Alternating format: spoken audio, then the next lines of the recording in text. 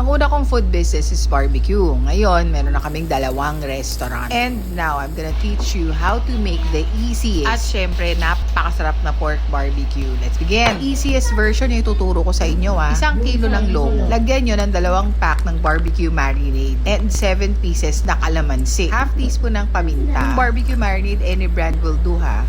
Then, itusok nyo na sa barbecue stick. Yung stick na to, binabad ko sa tubig para hindi siya madaling masunog.